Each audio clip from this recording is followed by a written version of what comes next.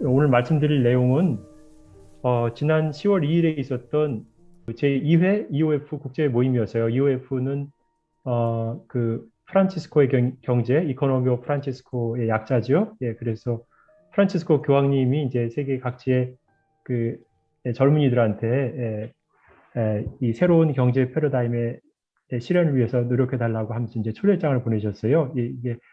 그래서 이제 저 첫 번째 대회가 작년 11월 19일에서 21일까지 아시시에서 있었는데요. 대상은 여기 젊은 경제학도들과 청년 기업인들 그리고 젊은 체인지 메이커, 이제 우리말로는 글쎄요 변화를 가져오는 사람들, 활동가들이라고 정도로 이렇게 해석이 할 수가 있을 것 같은데요. 그래서 우리 젊은 미래의 희망들이 많이 점점 더 EOC를 이어받는 EOF로 이렇게 성장하실 수 있었으면 좋겠습니다. EOF는 뒤에서 이제 많은 분들이 후원을 해주셨는데 공동 주최를 했는데요. 이제 그 대회가 열린 아시시 교구, 가톨릭 교구에서 지원해줬고 또 아시시 시 당국도 적극적으로 함께했고 그리고 아시시의 유명한 단체인데요. 세라핌 천사교육원이라고 장애인 복지 단체인데 네, 아시시에는 굉장히 이렇게 잘 알려진 단체입니다. 그 다음에 저희 포컬라리 운동의 모두를 위한 경제 이웃이가 함께했습니다.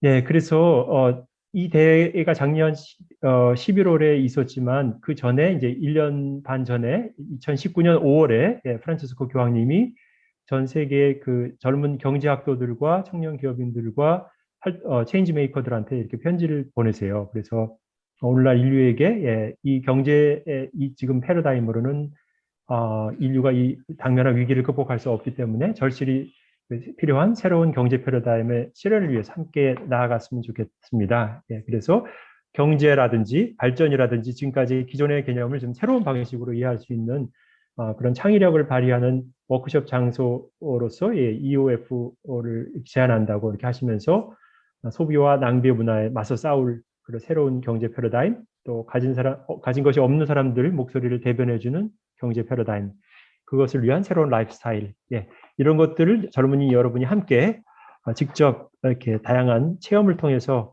또 그 아시시의 성 프란치스코의 도시 아시시에서 그 프란치스코 성인의 발자취를 이렇게 밟아가면서 다시 그분 그 새로운 유럽에서의 대변혁을 가져왔던 그 인물과의 대화를 통해서 우리 시대의 그 새로운 경제 패러다임이란 뭘까? 그 젊은이들이 이렇게 깊이 묵상에 잠기는 그런 시간을 가지기를 원하셨어요. 그래서 이런 초대를 하셨고요.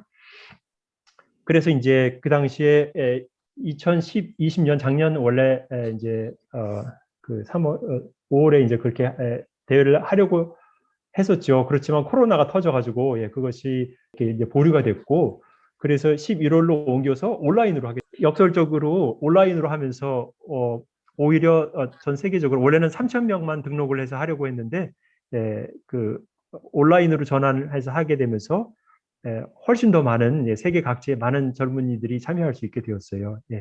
역설이죠. 그리고 이제 그로부터 1년이 지나서 한 1년 가까이 된 지난 10월 2일에 제2회 EOF가 열렸습니다.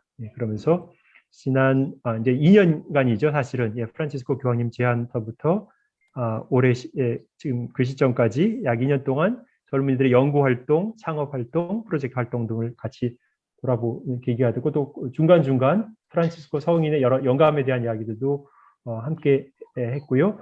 오늘 다 발표는 못 드릴 텐데 여기 이제 유명한 그런 학자들을 초빙을 해서 이 젊은 연구자들이 그 지난 1년간 혹은 2년간 진행해 왔던 그 프란치스코 경제의 그 정신에 맞게 이렇게 진행해 왔던 여러 연구 성과들에 대해서 이렇게 발표를 하고 짧게 그리고 이 성과들을 그 유명한 이 학자들이 이제 코멘트를 해주는 그런 시간이 있었습니다. 그래서 굉장히 흥미롭고 또 굉장히 여러 가지로 이제 많은 그 영감을 주는 그런 젊은이들과 이제 이 기존의 학자들과의 대화였는데 오늘 아쉽게도 그걸 다 전해드릴 수는 없고요. 저희는 그 중에서 이제 중간 프로그램 중에 하나 식물성 경제를 향하여라고 하는 프로그램을 이제 골라서 말씀을 드리겠고 그 대회 분위기를 전해드리기 위해서 이제 이 대회가 열린 장소를 잠깐 소개를 해드리면 몬테 프루멘타리오라고 하는 곳입니다. 그 몬테 프루멘타리오 그 팔라츠오라고 이제 영어의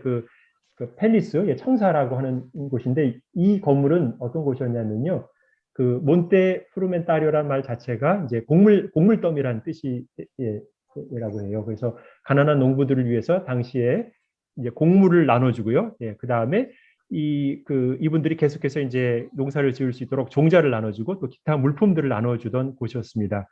15세기 말에 태어난 몬테 프루멘타리오는 프란치스코의 수사님들이 적극적으로 지원을 해서 유지가 되었고 또 몇몇 주교님들의 후원 속에서 16세기, 17세기 이탈리아 곳곳에 확산이 되었습니다. 그래서 이 프란치스코의 정신을 이어받은 그 제자들이죠. 그 프란치스코의 그 수도의 수사들이 몬테 프루멘타리오에 비견되는 몬테 디 피에타라고 하는 그 유럽 최초의 소액 대출 은행을 만들어요. 그래서 당시 고리 대금업자들에게 시달리는 그 이렇게 서민들을 위해서 아주 저리로 그 소액 대출을 해주는 사업을 프란치스코회에서 시작을 했습니다. 그래서 그때부터 이 가난의 성자인 프란치스코가 이 경제에 직접적으로 개입을 하기 시작했고, 프란치스코의 그 수사들이 그 도탄에 빠진 그 서민들을 위해서 소액 대출 은행을 운영을 하면서 그 프란치스칸 경제 개념을 정립을 해갑니다. 그래서 이 아시시에서 이 EOF를 프란치스코의 경제 대회를 열었던 그런 배경이 있죠. 그래서 이제 여기 그 해시태그에서 옛날 그 많은 젊은이들하고 이렇게 수시로 그 SNS를 통해서 이렇게 대화를 해가면서 그 젊은이들 특유의 그 밝은 분위기에서 3시간 반, 거의 4시간 가까이 모임을 했습니다. 그리고 여기 특이한 것은 여기 가운데에 있는 이 수염난 이 젊은이가 그 알제리 젊은이인데요. 무슬림 신자예요. 그래서 그 무슬림 젊은이가 이제 같이 사회를 본 것으로서 이제 물론 이제 우리 가톨릭 교회 안에서 태어난 그런 EOF이지만 종교를 초월해서 선의를 가진 많은 젊은이들이 함께했습니다. 그럼 오늘의 주제인 식물성 경제를 향하여 플랜트 이코노미라고 하는 그 개념을 들어보도록 하겠습니다. 그래서 제목은 오늘의 인류는 식물로부터 뭘 배울 수 있으며 현재 경제 모델에는 어떤 메시지를 주는가. 그 사회를 맡았던 루카 크리벨리는 지금 EOC 국제본부위원회 위원이라고 적었는데 제가 이 PPT 자료를 작성할 무렵에는 국제본부위원회 위원이셨는데 이제 그만두셨죠. 한 20년 가까이 EOC 국제본부를 위해서 일하셨고요. 지금은 이제 더 이상은 위원은 아니시고 이제 계속 경제학자로서 EOC를 지원하는 그런 역할을 하고 계시고 스위스 숲시 대학교 교수입니다. 이태리어권 스위스 전문직 양성대학교라고 하는 곳의 교수입니다. 그래서 이제 이분이 이제 질문을 합니다. 오늘날 경제와 비즈니스의 세계가 채택한 여러 패러다임들 중에 특히 동물적인 경제 패러다임에 대해 잘 알고 있습니다. 이는 경쟁과 빠른 속도, 지속적인 움직임, 효율적인 의사결정 등 동물의 세계의 주요 포식자들을 상기시켜주는 특성을 지니고 있습니다. 이 모델은 혁신의 창출을 가능하게 해줌으로써 소비재의 부족 문제 등을 해결해주고 물질적인 성장과 번영을 가져오는 데 큰 도움을 준 것은 사실이지만 현재 우리의 경제 체제가 통제 불가능한 상태로까지 끌고 가는 포식자적인 자본주의의 근원을 제공하기도 했습니다. 오늘날 인류는 점점 더 물과 땅, 공유재라고 이렇게 부르죠. 이게 모든 인류가 이제 공통으로 이제 어느 누구의 소유도 아니지만 우리 모두의 소유인 공유재, 커먼 굿즈의 공유재의 부족과 기후 변화 및 생물 다양성 결핍의 심화로 인한 지구의 부르짖음을 체험하고 있습니다. 이제 인류가 식물로부터 무언가를 배워야 할 시점인 것 같습니다. 만일 우리가 식물로부터 그 지혜로움과 능력을 진지하게 배울 수 있게 된다면 경제가 어떤 방식으로 나아지고 풍요로워질 수 있을까요? 질문을 던집니다. 이제 질문에 대한 답변에 나서는 분은 이탈리아의 식물학자 스테파노 만쿠소입니다. 이분은 그 국제식물생물학 연구소의 소장으로 계신데요. 약간 특이한 그런 분야라고 해요. 식물학 안에서도 그 식물의 신호 및 습성을 연구하는 그 협회 그 창립 멤버 중에 한 분이고 현재 피렌체 대학에서 식물 생태학 및 일반 수목 재배학을 가르치고 있고요. 또 이분은 이제 활동가이기도 한데요. 피렌체에서 오랫동안 피렌체에도 농업 전통이 있어서 농학과 임학, 경제학, 농업지리학을 함께 육성해온 피렌체 농의학회가 있는데 거기 정회원이기도 합니다. 예, 그 아주 식물들 사이의 커뮤니케이션을 연구하는 분이라고 하면 되겠습니다.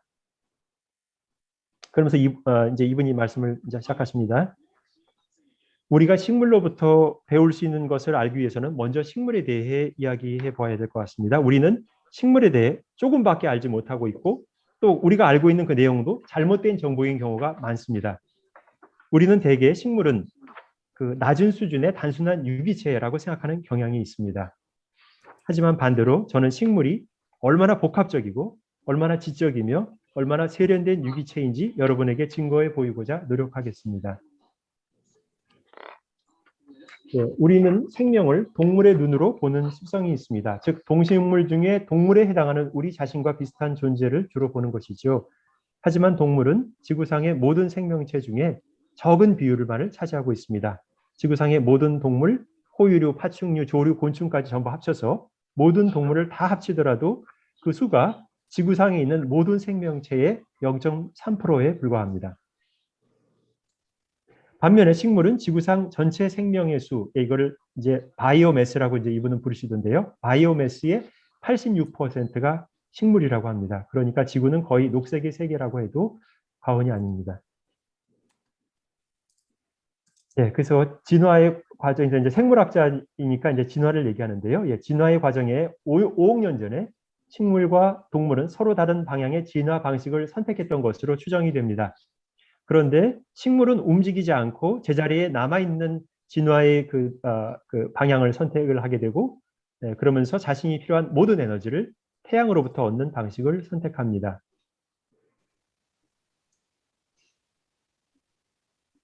이와 달리 동물은 움직이고 이동하는 삶의 방식을 취하기로 하고 자신이 필요한 에너지를 얻기 위해서 다른 식물을 먹거나 초식동물이죠. 다른 동물을 잡아먹는 방식을 택합니다. 육식동물이죠. 그래서 식물과 동물 사이에 이 두 가지 서로 다른 진화의 여정은 엄청나게 큰 차이를 가져옵니다. 예, 식물은 자가 영양 방식으로 생존합니다. 즉 다른 유기체들에게 해를 입히지 않고도 살아갈 수 있는 존재들인 것입니다. 반면에 동물은 다른 살아있는 유기체를 자기 먹이로 삼아서 자신이 필요로 하는 영양을 섭취합니다. 이것이 바로 우리가 우리 삶 안에서 지니고 있는 그 무엇, 우리가 이제 실제로 하고 있는 무엇이죠? 예, 우리의 그 섭식의 그 과정을 보면 이제 우리 스스로도 그렇죠. 동물과 식물의 가장 큰 차이는 뿌리를 가지고 있다는 점일 겁니다. 식물은 움직이지 못한다고 말하는데 사실은 부정확한 표현이라고 이제 이분은 말씀하세요. 식물은 실제로는 많이 움직인답니다. 단지 그 식물은 그 뿌리를 내리고 있기 때문에 자신이 태어난 그 장소로부터 다른 곳으로 이동할 수 없을 뿐이라고 이렇게 말합니다. 그러면서 여러분 자신이 이제 한 식물이라고 상상해 보십시오. 만일 여러분이 땅에 뿌리를 내리고 살고 있는 한 식물이라면 여러분 주변에서 어떤 일이 일어났을 때 여러분은 도망칠 수가 없죠. 예. 여기서 여러분은 식물과 동물의 차이가 무엇인지 볼 수 있습니다. 여러분이 만일 이동할 수 없는 상태로 한 장소에만 머물러 있는 식물과 같은 유기체라고 상상을 하시면 여러분은 초식 동물의 먹잇감이 되고 말 겁니다. 그렇다면 식물은 이런 포식자의 위협으로부터 어떻게 해야지 생존을 할 수가 있을까요? 식물은 동물과는 전혀 다른 유기체 구성 방식을 발전시켜 왔습니다. 제 생각에 이것이 바로 우리가 식물로부터 배울 수 있는 첫 번째 크나큰 요소입니다. 식물은 다른 체계를 가진 유기체입니다. 식물의 이 새로 그 유기체 구성 방식을 보기 전에 먼저 우리 동물의 유기체 구성 방식을 보면 우리 동물들은 매우 단순한 유기체 구성 방식을 지니고 있습니다. 뇌와 머리를 갖고 있고 모든 다른 지체는 이 머리 아래에 놓여서 그 조종을 받고 있습니다. 다른 말로 하면은 우리 각 지체는 저마다의 특정 기능을 갖고 있죠. 예를 들어서 2개의 폐로 호흡하고 있고 1개의 위로 소화를 하고 2개의 눈으로 사물을 봅니다. 그리고 뇌 하나로 문제를 풀어나갑니다. 그런데 우리가 택한 이 유기체 구성 방식은 피라미드 구성 방식입니다. 우리는 이 방식을 이 우리 신체 구성 방식처럼 사회에도 적용하려고 사회 어디에든지 확산하려는 습성을 갖고 있습니다. 어느 조직이든지 그 조직들을 보면 이것을 알 수 있습니다. 어떤 경제 조직이든 어떤 사회 조직이든 어떤 유형의 조직에서나 이런 동물성 조직 구성 방식을 볼 수 있습니다. 즉 머리 하나가 각 특정 지체, 각 특정 부서를 다스리는 피라미드식 방식을 어디에서나 찾아볼 수 있습니다. 이런 조직 구성 방식의 유일한 장점은 빠른 속도입니다. 따라서 우리는 이런 방식으로 만들어져 있는데 동물에게 있어서 가장 중요한 것은 최대한 빨리 움직이는 것이기 때문입니다. 그래서 일반적으로 우리가 움직이는 능력을 활용한다라고 말할 때는 문제를 푸는 것이 아니라 문제로부터 벗어난 것을 말합니다. 문제로부터 도망가기 위해서 움직이는 것을 뜻합니다. 그래서 동물이 무슨 문제를 해결한다고 하는데 동물은 문제를 대부분 해결하지 못합니다. 해결하지 않습니다. 그 문제로부터 도망갈 뿐이죠. 그래서 거의 대부분 98% 정도는 문제를 해결하는 게 아니라 그 문제를 피하거나 그 문제로부터 벗어납니다. 동물은 문제로부터 멀리 벗어나기 위해서 자신의 움직일 수 있는 능력, 즉 이동 능력을 활용합니다. 그런데 식물은 이걸 할 수가 없죠. 그래서 식물은 그 자리에 남아서 문제를 어떻게든지 해결해야 됩니다. 식물은 다른 장소로 이동할 수가 없기 때문에 문제로부터 달아날 수가 없기 때문에 그 자리에 남아서 문제 해결의 방식을 어떻게든지 찾아야 됩니다. 예를 들어서 식물은 물이나 영양소가 필요할 때 혹은 주변에 위협이 닥쳐서 거기에 대응해야 될 때, 자신을 방어해야 될 때, 또 다른 식물들과 서로 소통해야 될 때 모든 것을 서로 공유합니다. 왜냐하면 그 주변의 모든 식물들은 궁극적으로 같은 목표를 갖고 있기 때문입니다.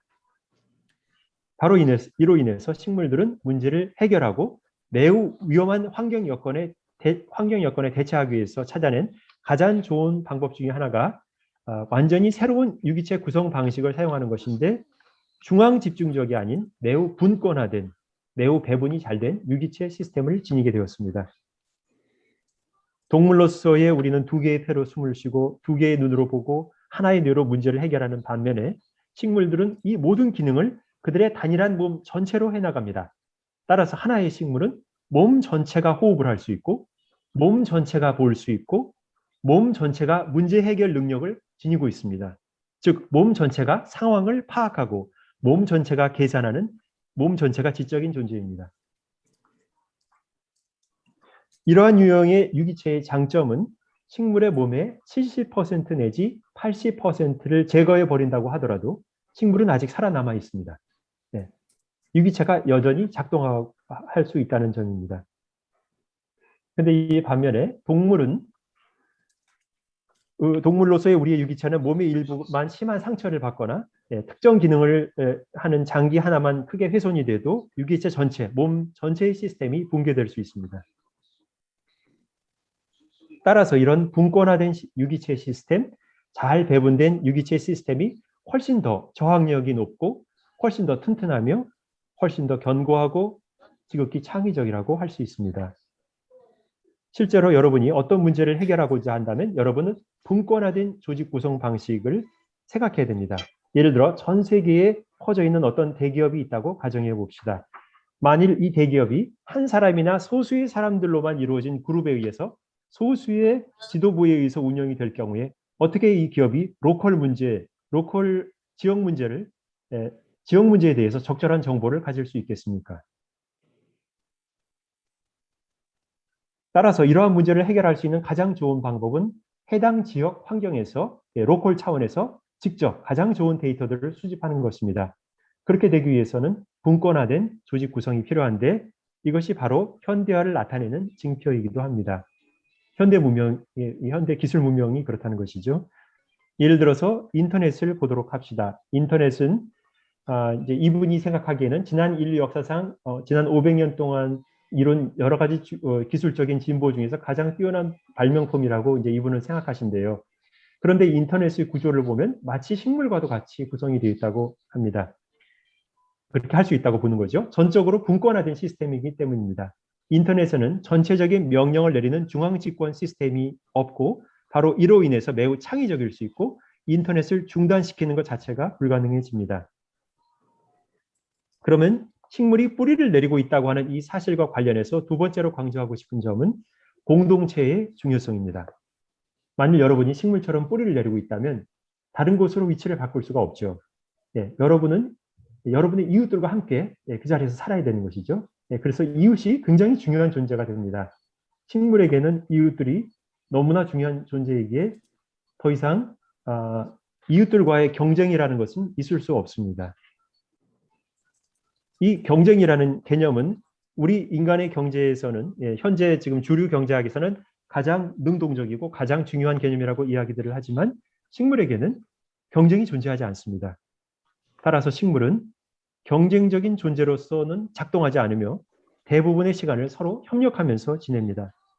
이처럼 식물의 협력은 매우 긴밀하기에 한 숲에서 식물들 전체가 서로 연결되어 있기에 이릅니다. 식물들은 뿌리를 통해서, 이제 이분 전공 분야죠, 여기가. 뿌리를 통해서 놀라울 정도로 서로 정보를 공유하고 물과 영양소를 서로 주고받습니다. 식물은 함께 생존하는 데 필요한 것이라면 그 무엇이든지 서로 함께 나누고 교환합니다. 식물은 이처럼 놀라울이 많지 함께 공동체를 지탱하고 그 공동의 생명을 유지해 나갑니다. 식물들 주변의 연못도 식물들로부터 도움을 받습니다. 이처럼 공동체는 식물의 생존에 가장 필요한 모터, 곧 원동력이라고 하겠습니다. 이제 지금까지 우리는 자연계에서 공동체의 중요성을 과소평가해 왔습니다. 그래서 이제 지금까지도 많은 생물학자들이 생명체들은 일종의 그 검투사들과도 비슷하다. 그래서 마치 여러 생명체들이 원형 경기장 안에서 싸우는 것과 같다. 그래서 그 중에서 가장 힘센 생명체, 가장 똑똑한 생명체만이 살아남는다고 그렇게 생각하곤 했어요. 약육강식으로 본 것이죠. 그런데 이분이 생물학자로서 볼 때 그것은 사실이 아니라고 보는 것이죠.